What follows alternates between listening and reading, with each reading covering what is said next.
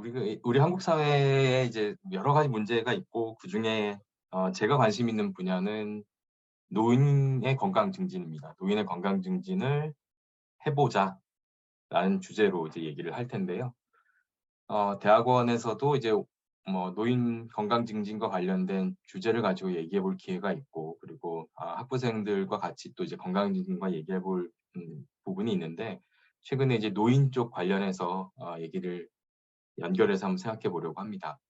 제목은 한국의 노령화와 노인 건강 증진, 백조의 노래라고 하는 주제로 얘기를 해 보겠습니다. 알고 계신 분들이 얼마나 계실지 모르겠습니다만 10월 2일은 노인의 날입니다. 노인의 날을 기억하는 이유는 노인의 날에 맞춰서 통계청에서 고령자 통계라는 것을 발표합니다. 한국 사회의 단면을 잘 보여주는 자료 중에 하나이고요. 이 자료를 보면 노년기 이혼을 얼마나 하는지, 뭐 노년기에 자산은 얼마나 되고, 건강 문제는 어떻게 돼 있고, 뭐 관심사는 뭐고 하는 얘기들을 아, 매년 비슷한 꼭지를 가지고 발표를 하고, 거기에 이제 어떤 해는 또 특수하게 어떤 부분을 또 강조해서 이렇게 발표를 하기도 합니다. 통계청에서 발표를 하고요.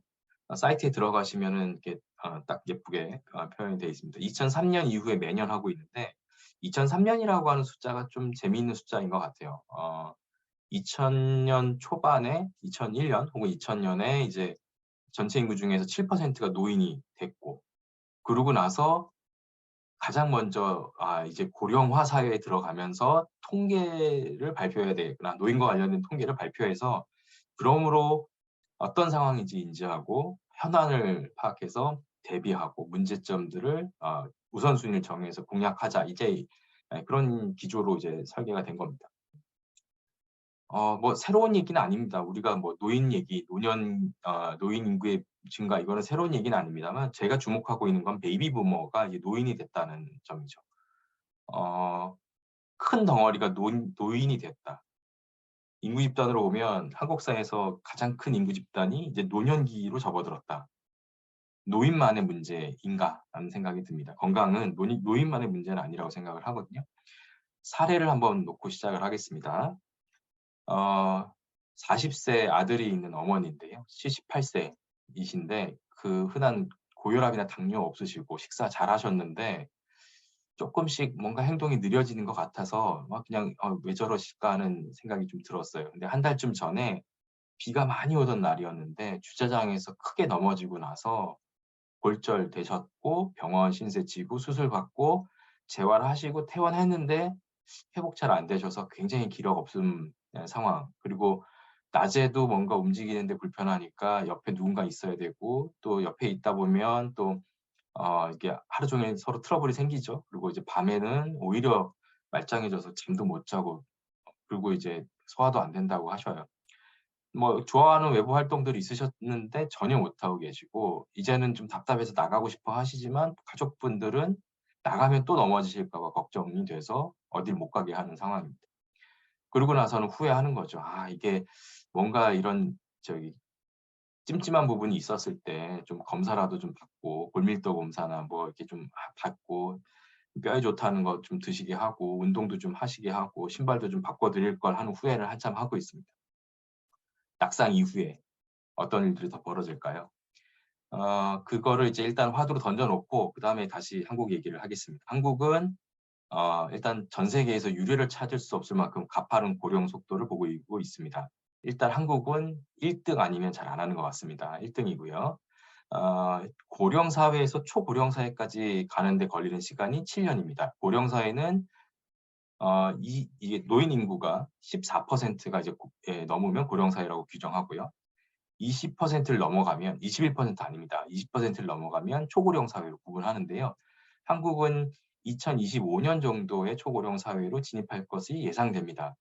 어, 한 10년쯤 전에 예상했던 것보다 1년이 빨라진 거예요. 더 빨라질 수도 있습니다. 근데 이 예상대로 하자면 7년이 걸린답니다. 일본도 빠르다 빠르다 했는데 일본이 10년 걸렸거든요. 그리고 호주 뭐 이런 나라들은 20년 이상씩 걸렸는데 뭐 우리나라는 압도적으로 7년 만에 모든 것들을 해결하는 그런 상황입니다.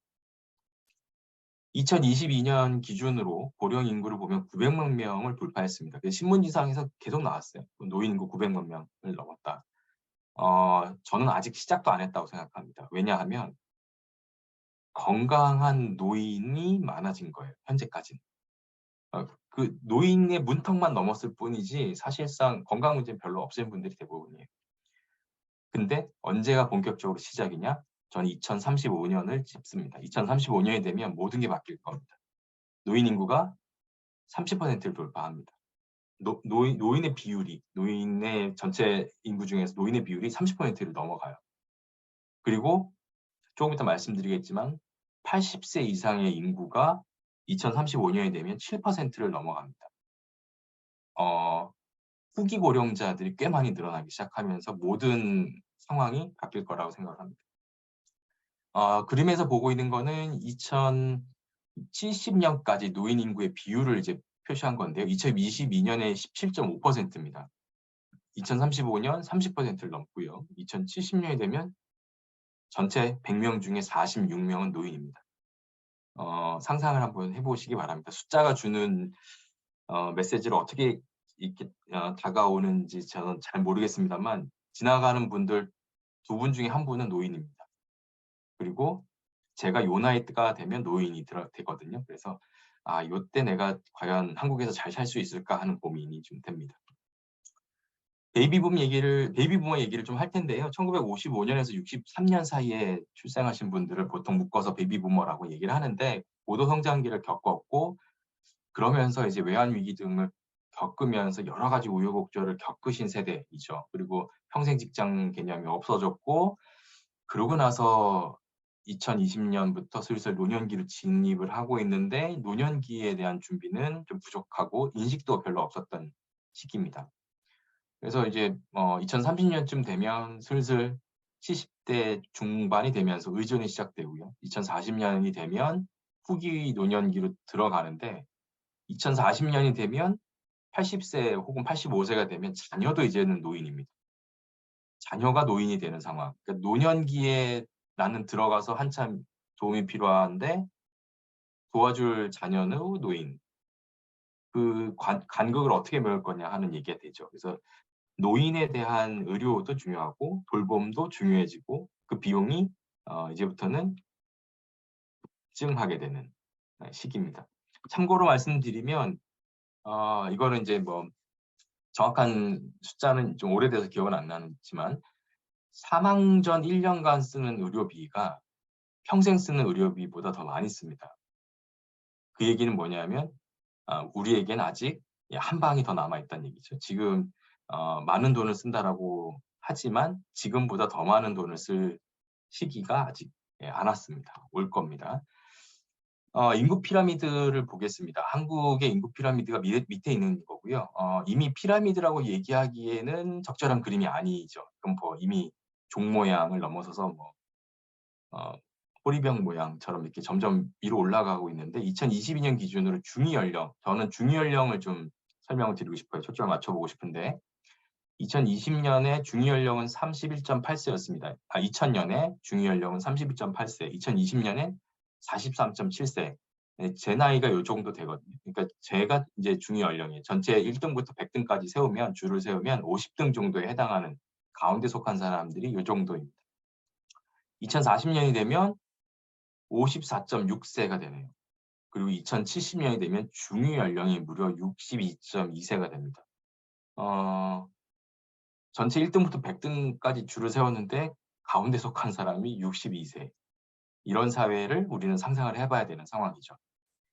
세계 인구도 물론 고령화가 되고 있고 그 고령화 속도도 각각 나라마다 다르긴 한데 평균적으로 보면 한국에 비해서는 젊은 인구가 많은 상황이에요. 전체 세계 인구를 보면. 그래서 2070년이 됐을 때 과연 한국에서는 어떤 일들이 벌어지는지 상상을 좀 하고 미리 준비를 해야 된다는 생각을 합니다.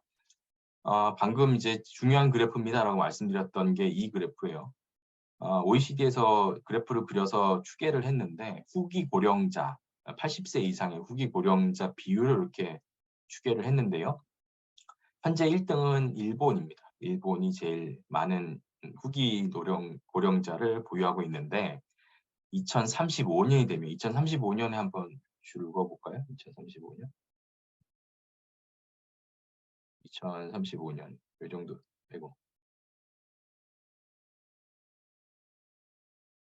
줄이 안 꺼지네요. 예. 알겠습니다. 2035년 한번 보시죠. 그러면 OECD 평균 빨간색으로 표시된 거하고 한국 약간 이제 옐로우 혹은 주황색으로 표시되는 게 크로스가 되는 게 2035년입니다. 그 전까지의 슬로프의 증가 속도는 한국은 10년 동안 후기 노령자, 즉 80세 이상의 비율이 한 2%씩 증가해요. 근데 2035년부터는 2배 이상 빨라집니다. 10년 동안 한 6% 정도 증가하는 걸로 나와요. 이 속도가 갑자기 빨라진 이유는 베이비 부머가 80세 이상의 후기 고령자로 들어가면서부터입니다. 그러니까 이제 여기서부터는 상황이 다르다는 얘기죠. 쓰는 돈도 달라지고 상황도 달라진다.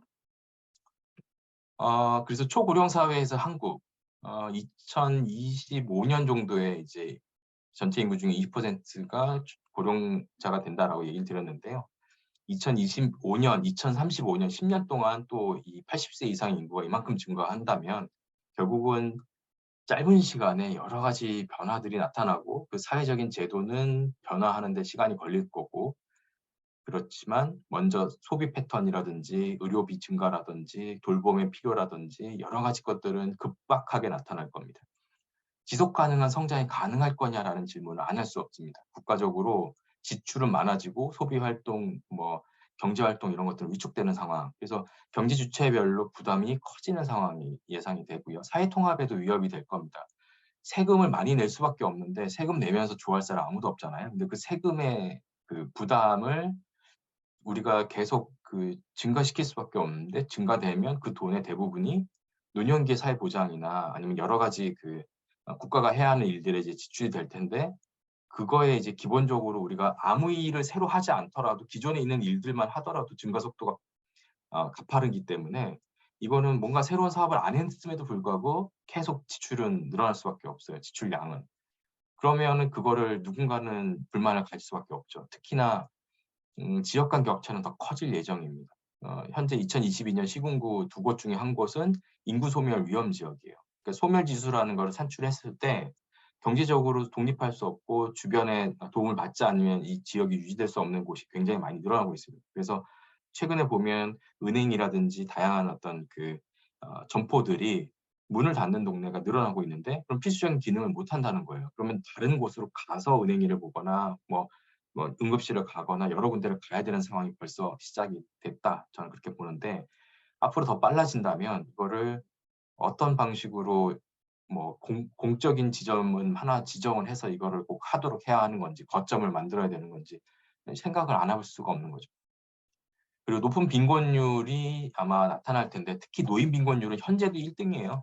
압도적으로 1등인데 OECD 기준으로 보면 상대 빈곤율이라고 하는 거는 중위소득의 50% 미만의 소득을 가지고 있는 경우를 이제 상대 빈곤율이라고 합니다. 그러니까 중위소득 만약에 예를 들어서 연간 중위소득이 3천만 원이다 그러면 3천만 원의 절반 1,500만 원을 못 버는 상황이 이제 상대 빈곤율인데 노년기의 상대 빈곤율 40%입니다. 그러니까 10명 중에 4명은 상대 빈곤 상태인 거예요. 그럼 노년기에는 소득도 불안정하고 당연한 거 아닙니까?라고 얘기를 하면 당연하지 않아요. OECD 평균은 노년기 상대 빈곤율이 13%입니다. 한국은 그 3배를 넘었어요. 이게 단지 올해만의 문제냐? 아니요. 계속 10년 넘게 이 상황입니다. 바뀔 수가 없고 바뀔 가능성도 별로 없어요. 가족들의 지원 체계는 좀 약해지고 있고 노년기의 임시직이나 은퇴 전에 어떤 교량적인 일자리들이 하면 다행이에요. 그것도 원하지 않아서 원치 않던 해야 하는 상황들이고요. 그거라도 하면 훨씬 좋다라고 얘기를 하죠. 교량적인 일자리는 평생 직장으로 갖고 있던 거에서 이제 완전 은퇴 전에 중간에 하는 일들인데 사실은 좋은 일자리가 될 가능성이 별로 없어요. 간단한 일이라든지 약간 이제 경비, 건물 관리를 한다거나 이런 것들의 약간 일자리이기 때문에 사실은 장시간 혹은 이제 좀 안 좋은 일자리가 많습니다. 그럼에도 불구하고 그거라도 있어야 생활을 하기 때문에 지금 강요된 일자리를 지금도 해야 하는 상황인데, 앞으로는 그 일자리마저도 경쟁이 심해지는 거죠. 경쟁이 심해지다 보면 노동에 참여하고자 하는 예비 인력은 많은데 실제로 자리는 부족하고, 그러면 경쟁이 되면 좋은 일자리가 될 가능성은 더 떨어집니다. 노년 부양비를 한번 계산을 해 보면 생산 가능 인구 100 명이 부양해야 하는 고령 인구의 수, 요게 이제 노년 부양비입니다. 그런 경우에 이제 현재 2010년 기준으로 보면 노인 부양비가 14.8인데, 이거는 이제 생산 가능 인구 6.7 명이 노인 1 명을 부양하면 되는 수준입니다. 쉽게 얘기하면 6.7 명이 세금 내서 노인 1 명에게 어떤 부양을 하는 그런 구조. 물론 세금만은 아니겠지만 2050년이 되면 1.3 명의 생산 가능 인구가 1 명의 노인을 부양해야 하는 구조가 됩니다. 2065년이 되면 역전되죠. 제가 요때쯤 노인이 돼서 과연 뭘 기대할 수 있을까 하는 생각을 계속 해 봐요. 그런데 이제 OECD에서도 그럼 다른 나라 비슷하지 않을까요? 예, 한국이 좌측에 있죠. 보면은 2020에서 2070까지 총 부양비 증가폭이 1 등입니다. 예, 역시 일본 따위는 옆에 명함도 못 내밀 정도로 압도적으로 1 등을 할 예정입니다. 의료비 증가 속도도 꽤 큽니다. 빠르고. 예. 연간 노인 의료비 증가 추세는 이미 나타났어요. 이미 나타나고 있고, 어 제가 이제 어제 보건경제학회를 갔다 왔는데, 어전 보건경제학회에서도 지속 가능성에 대한 얘기를 할 수밖에 없는 구조더라고요. 그러니까 지금조차도 이거에 대한 고민이 있는데 앞으로 10년, 20년이 지나면 과연 감당 가능할까? 현재 1 인당 진료비는 475만 원 정도 있고요. 그중에 이제 일부 본인 부담이기 때문에 본인 부담으로 보면 110만 원 정도를 사용을 합니다. 예. 어 사실 이 정도면 우리 괜찮은 거 아니에요? 우리 한국은 건강보험 시스템 괜찮아서 질 좋은 서비스를 저렴하게 본인 부담 비용으로 내서 이용할 수 있는 거 아니에요? 예, 물론 그렇습니다. 그렇긴 하지만 그다음 장을 보시면 증가 속도를 무시할 수 없습니다. 2017년에 보면 저 빨간색이 노인 인구예요. 빨간색이 노인 인구고 680만 명이고, 2021년에 830만 명으로 해서 증가 속도를 눈으로 보실 수 있죠. 빨간색 그래프를 읽으시면 되고요. 그 밑에 이제 파란색 그래프는 비용입니다. 노인 의료비, 노인 진료비입니다. 노년 인구의 증가 속도에 비해서 노인 진료비의 증가 속도가 더 빨라요. 이러면 무슨 얘기를 해야 되냐? '아, 노인들이 의료를 너무 많이 이용했네.' 이렇게 해석을 할 수도 있고, 때에 따라서는 '노인들이 많아지니까 당연히 의료비가 는 거 아니야?' 하지만 증가 속도는 더 빠르다고요. 그 비용의 증가 속도가. 그 이유는 저는 구조적인 측면의 문제가 있다라고 생각합니다. 많이 쓰게 만드는 구조가 아닐까. 그러면 이 감당을 할 수 있을까? 그러니까 전체 의료비 중에서 노인이 쓰는 비용이 43% 정도 됩니다, 현재도. 전체 의료비의 43%를 노인이 쓰고 있는데, 노인 수는 더 늘어날 예정이고, 더 아픈 노인들의 규모는 10년 안에 또 2배 이상 된다라고 하면 어떻게 해야 되죠? 예. 어떻게 해야죠. 예. 어떻게 해야 되는 상황입니다. 그래서 시스템을 지금부터 정비하지 않으면 좀 어려운 일일 것 같습니다. 네. 어 자, 그래서 요거에 대한 고민이 지금부터, 그래서 제가 화두로 던지고 싶은 게, 이 의료비 증가를 어쨌든 우리가 현실로 좀 인식하고 받아들여서 대비해야 된다. 특히 OECD 국가 중에서 보면 한국이 제일 오른쪽에 있는데요.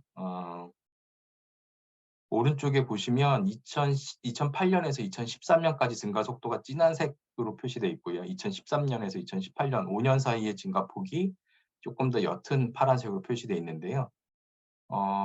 증가 속도가 가파르게 증가하고 있다. 더 다른 나라랑 비교했을 때 더 크게 증가하고 있다. OECD 평균에 비해서 약 3배 속도로 빠르게 증가하고 있다. 현재는 OECD 평균에 비해서는 좀 덜 쓰고 있는 구조이긴 합니다. 거의 근접해요, 근데 사실 평균에. 과거에 비해서는 많이 올라왔고 더 따라잡을 예정이고 곧 추월할 예정이고 증가 속도가 계속 빠르다. 그중에 하나는 노인과 관련된다라고 저는 계속 생각합니다. 요양병원과 요양시설 증가가 꽤 많이 나타나고 있고요. 한국이 지금 룩셈부르크에 이어서 두 번째인데 사실상 OECD 국가 중에서 제대로 된 도시국가를 제외한 제대로 된 국가 중에서는 1 등입니다. 증가 속도가 꽤 빨라요. 그러니까 병상 수가 굉장히 빨리 증가하고 있습니다. 최근에 의료비 통계를 보면 요양병원을 따로 빼서 확인하지 않으면 이 숫자가 해석이 안 될 정도로 요양병원에 들어가는 비용과 어 여러 가지 이용량의 어떤 그 해석이 어려운 지점들이 있을 정도로 요양병원은 굉장히 크게 지금 영향을 주고 있습니다.